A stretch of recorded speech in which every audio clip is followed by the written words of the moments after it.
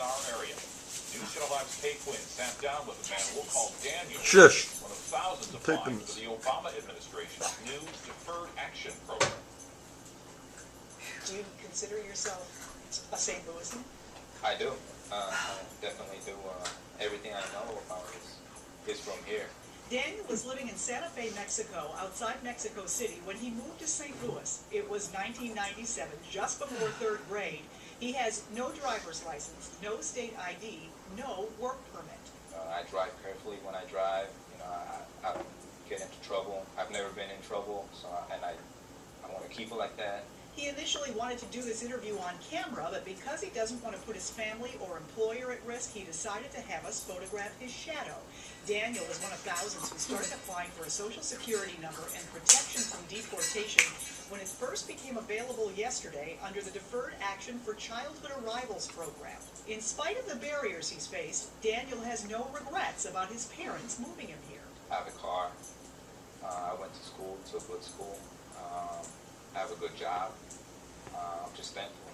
Like many undocumented workers, Daniel pays taxes but can't get any benefits. So I wondered how many people like Daniel live in the St. Louis metro area. That includes counties on both sides of the river.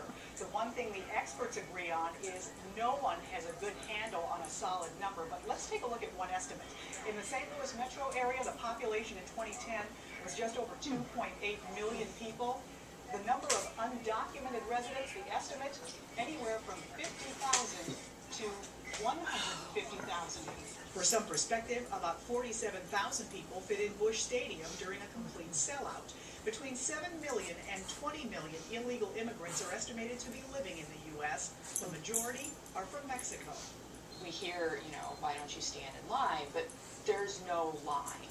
Vanessa Crawford-Aragon is the executive director of MIRA, which stands for Missouri Immigrant and Refugee Advocates. She likes the Deferred Action Program because she believes the immigration system is so complicated and cumbersome, there's no way for people like Daniel to get status. This still keeps people in limbo, but it gives them, a little bit of breathing room for a couple of years. I think it gives people a little bit of false hope in that they believe something's really changing. Jalesia McQueen is a local immigration attorney and agrees the immigration system is broken, but she believes what's needed is real reform, not deferred action, which was enacted by President Obama. And the only way that something could really change is if you change the law. And right now, this is just policy. Stopgap measure or not, Daniel says he'll be able to do so many more things with a work permit. Maybe looking to get in a business. If I could go to school, that would be great. Being able to travel places much easier. I want to just keep my life going in the right direction and just focus on that. Kay Quinn, News Channel 5. The Deferred Action Program is open to immigrants under 31 who arrived here before they were 16. Since 2001, members of Congress have made several efforts to approve a bill called the DREAM Act, which contains many of the provisions included in deferred action, but no version of the measure has ever been passed.